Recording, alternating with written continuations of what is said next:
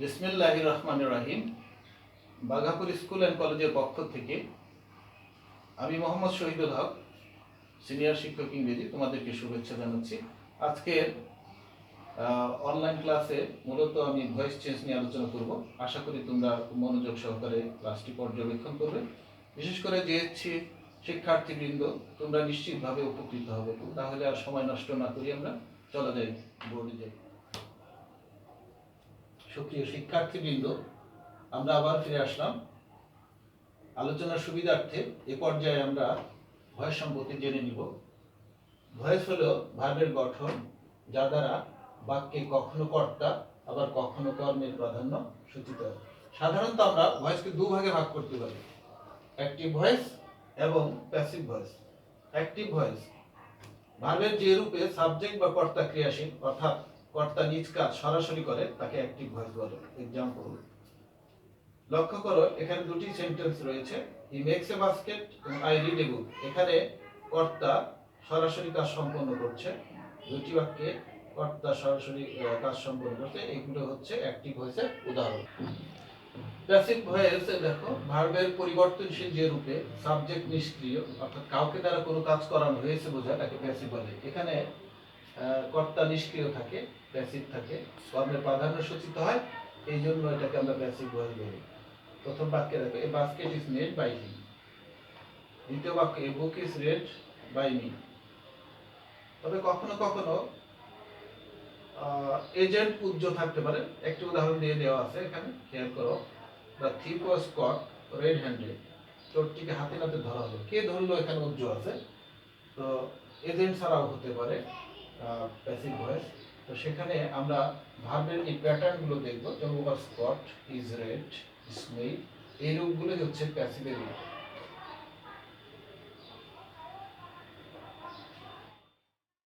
সুপ্রিয় শিক্ষার্থীবৃন্দ, এতক্ষণ আমরা অ্যাক্টিভ এবং প্যাসিভ ভয়েস সম্পর্কে জানলাম। তো এ পর্যায়ে আমরা জানব কি করে অ্যাক্টিভ ভয়েস হতে প্যাসিভ ভয়েসে রূপান্তর করা যায়। তো আমাদের অ্যাক্টিভ ভয়েস হতে প্যাসিভ ভয়েসে যাওয়ার পূর্বে আমাদের এই বিষয়গুলো সম্পর্কে ক্লিয়ার হইতে হবে। বিষয়গুলি হচ্ছে subject, object, main verb, to be verb, objective form of pronoun. Subject সম্পর্কে যদি বলতে হয়, তাহলে বাক্যের প্রথমে যে পার্টস অফ স্পিচ বসে সেটাই সাধারণত সাবজেক্ট হিসেবে ব্যবহৃত হয়, অর্থাৎ বাক্যের প্রথম অংশটুকু হচ্ছে সাবজেক্ট। আর অবজেক্ট পেতে হলে আমাদেরকে ক্রিয়াকে কি বা কাকে দ্বারা প্রশ্ন করে অবজেক্ট পাওয়া যাবে। লক্ষ্য করো, আমাদের এই বাক্যে বিল্ডস একটি ক্রিয়া, অর্থাৎ নির্মাণ করে। এই বাক্যে বিল্ডসকে আমরা যদি কি নির্মাণ করে, তাহলে পাওয়া যাবে এ নাইস হাউস। তাহলে আমরা অবজেক্ট পেলাম এ নাইস হাউস। তাহলে সাবজেক্ট অবজেক্ট সম্পর্কে জানলাম। আর মেইন ভার্ব সম্পর্কে জানবো। বাক্যে মেইন ভার্ব অর্থাৎ সাবজেক্টের পরপরই যে ভার্বটি বসে, মেইন ভার্ব অর্থাৎ ফাইনাইট ভার্ব, যে সেই ভার্বটাকে আমরা মেইন ভার্ব হিসেবে, এখানে ফাইনাইট ভার্বটি হচ্ছে বিল্ডস। আর টু বি ভার্ব সম্পর্কে জানতে হলে আমরা সাধারণত জানবো টু বি ভার্বের রূপ কয়টি। 8টি রূপে টু বি ভার্ব আছে। Be, am, is, are, was, were, been, being. আমরা এই টু বি ভার্বগুলো টেন্স অনুসারে ভার্বের রূপ দেখে বসাবো। সর্বশেষে আমাদের যে জিনিসটি জানতে হবে সেটি হচ্ছে অবজেক্টিভ ফর্ম অফ প্রোনাউন। আমরা অ্যাক্টিভ থেকে প্যাসিভ করার সময় যেহেতু আমাদের সাবজেক্ট অবজেক্টে পরিণত হয়, এজন্য আমাদের প্রোনাউনের অবজেক্টিভ ফর্মগুলো জানতে হবে।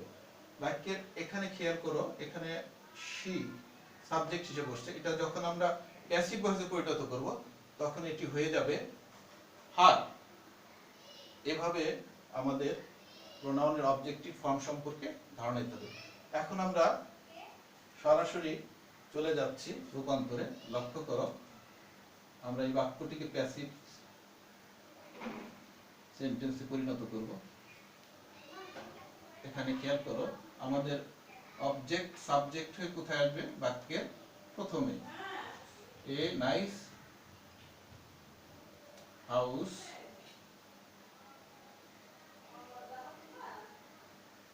হাউস। এরপর দ্বিতীয়ত আমরা যে কাজটা করব সেটা হচ্ছে মূল ভার্বের রূপ দেখে একটি টু বি ভার্ব আনতে হবে। আমাদের এখানে মূল ভার্বটি আছে বিল্ডস, প্রেজেন্ট ইনডিফিনিট টেন্সে আছে বিল্ডস, এই জন্য আমাদের এম ইজ আর আনতে হবে। এখানে খেয়াল করি নাইস হাউস সিঙ্গুলার, এই জন্য আমরা ইজ দিব, ইজ। এরপরের কাজ হচ্ছে মূল ভার্বের পাস্ট পার্টিসিপল ফর্ম করবে। বিল্ডের past participle built, built. Nice house is built, built. সর্বশেষে আমরা একটি প্রিপোজিশন দিব, অর্থাৎ সাবজেক্ট বাই যোগে, সাধারণত বাই যোগে অবজেক্ট হয় বাক্যের শেষে বসবে। তাহলে আমরা একটা প্রিপোজিশন দিব, প্রিপোজিশন বাই, এরপরে সি এর অবজেক্টিভ ফর্ম দিব আর।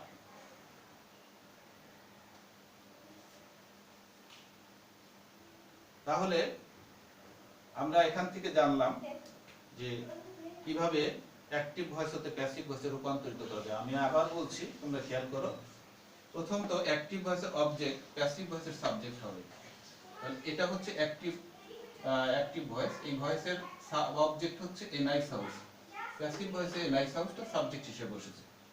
দ্বিতীয়ত মূল ভার্বের রূপ দেখে, মূল ভার্বের রূপ দেখে টেন্স অনুসারে verb to be am is are was were being in being বসে। তো মূল ভার্বের রূপ বিল্ডস, যেহেতু প্রেজেন্ট এই জন্য আমরা ইজ নিয়ে আসলাম। তৃতীয়ত মেইন ভার্বের পাস্ট পার্টিসিপল ফর্ম বলবে, মেইন ভার্বটা হচ্ছে বিল্ড, এর পাস্ট পার্টিসিপল ফর্ম হচ্ছে বিল্ড। চতুর্থত আমরা একটু প্রিপোজিশন আনবো, বাই, সাধারণত বাই বসে, অধিকাংশ ক্ষেত্রে বাই বসে, তবে কোনো কোনো ক্ষেত্রে প্রয়োজন অনুসারে appropriate preposition at, in, of, to, with বসতে পারে। চতুর্থত প্রিপোজিশন, চতুর্থত সর্বশেষে যেটা বলবো, সবশেষে যেটা বলবে অ্যাক্টিভ ভয়েসের সাবজেক্ট, অ্যাক্টিভ ভয়েসের সাবজেক্টটি, এই সাবজেক্টটি প্যাসিভ ভয়েসের অবজেক্ট হিসেবে বলবে। ঠিক আছে? তো ঠিক আছে, আমি আরো একটু উদাহরণ দিচ্ছি। এখানে নতুন একটি সেন্টেন্স লিখলাম, উই বট সাম অ্যাপলস। তো আমরা এখানে সাবজেক্ট উই, বটটা হচ্ছে মেইন ভার্ব, আর সাম অ্যাপলসটা হচ্ছে অবজেক্ট। তাহলে আমরা সাম অ্যাপলসকে সাবজেক্ট করে নিব, অবজেক্ট সাবজেক্টে কোথায় বলবে? বাক্যের প্রথমে। সাম অ্যাপলস, এরপর মূল ভার্বের রূপ দেখে, মূল ভার্বটি হচ্ছে বট, এই মূল ভার্বের রূপ দেখে আমরা এখানে দিলাম ওয়্যার, পাস্ট ফর্ম এই জন্য ওয়াজ বা ওয়্যার, এইখানে যেহেতু এটা প্লুরাল এই জন্য সাম অ্যাপলসটা প্লুরাল, এই যেখানে ওয়্যার দিলাম। এরপর মূল ভার্বের পাস্ট পার্টিসিপল ফর্ম বট নিয়ে আসলাম। এরপরে সাবজেক্ট বাই যোগে অবজেক্ট হয়ে বাক্যের শেষে হবে, উই অবজেক্ট হচ্ছে আস। আশা করি তোমরা বুঝতে পেরেছো। আমি আরো কয়েকটি উদাহরণ তোমাদের বোঝার জন্য দিই।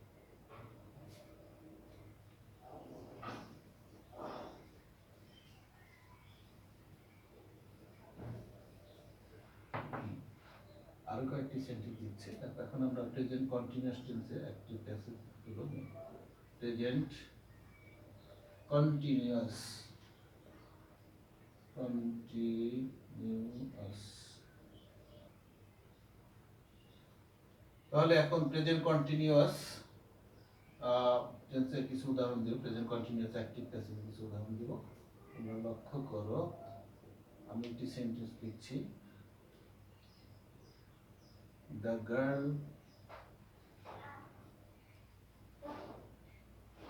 is singing a song.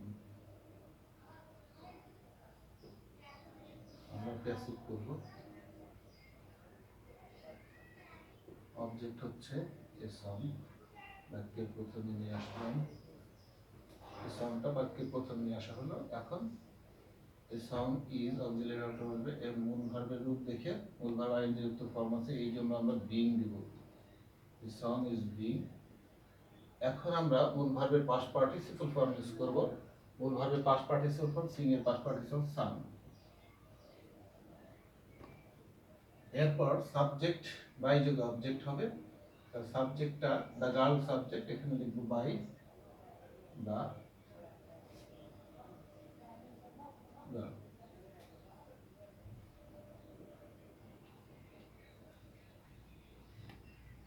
আশা করি তোমরা বুঝতে পারবে। আমি এখন প্রেজেন্ট পারফেক্ট এর উদাহরণ দিচ্ছি। প্রেজেন্ট পারফেক্ট, লক্ষ্য করো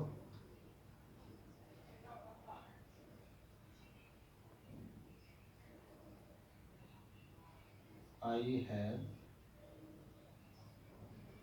done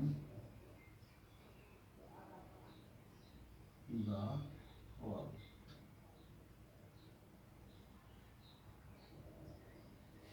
আমরা প্যাসিভ করছি, প্যাসিভ করছি। প্রথমে কি করতে হবে? অবজেক্টে নিয়ে আসতে হবে। দা ওয়ার্কটাকে আমরা বাক্যের প্রথমে নিয়ে আসবো। দা ওয়ার্ক হ্যাভ বসবে না হ্যাভ বসবে? এখন কি বসতে পারে? আমরা কি দিব? হ্যাজ। দা ওয়ার্ক সিঙ্গুলার, এই জন্য আমরা দিলাম হ্যাজ। মূল ভার্বের পাস্ট পার্টিসিপল ফর্ম আছে, এই জন্য বিন দিলাম, তাহলে has been. The work has been done by, I এর অবজেক্ট হচ্ছে মি। এই হচ্ছে আমাদের প্রেজেন্ট পারফেক্ট টেন্সের উদাহরণ। আমরা এখন জানবো ফিউচার পারফেক্ট টেন্স। এটা মুছে ফেলছি।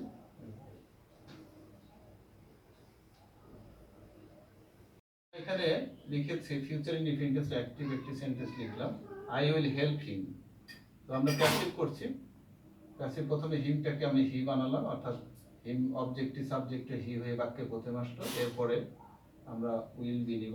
উইল বির পর মূল ভার্বের পাস্ট পার্টিসিপল হেল্পড এবং সাবজেক্ট বাই যোগে অবজেক্ট মি হয়ে শেষে বাক্যে শেষে বসবে। তো তোমরা আজকে অত্যন্ত মনোযোগ সহকারে আমার ক্লাসটি পর্যবেক্ষণ করেছো। আশা করি তোমরা নেক্সট ক্লাসে অত্যন্ত মনোযোগ সহকারে দেখবে। নেক্সট ক্লাসে আমি প্যাসিভ ভয়েস থেকে কিভাবে অ্যাক্টিভ ভয়েস পরিণত করতে সে সম্পর্কে আলোচনা করব। ততদিন পর্যন্ত তোমরা সুস্থ থাকো, ভালো থাকো, এই শুভকামনায়। আল্লাহ হাফিজ।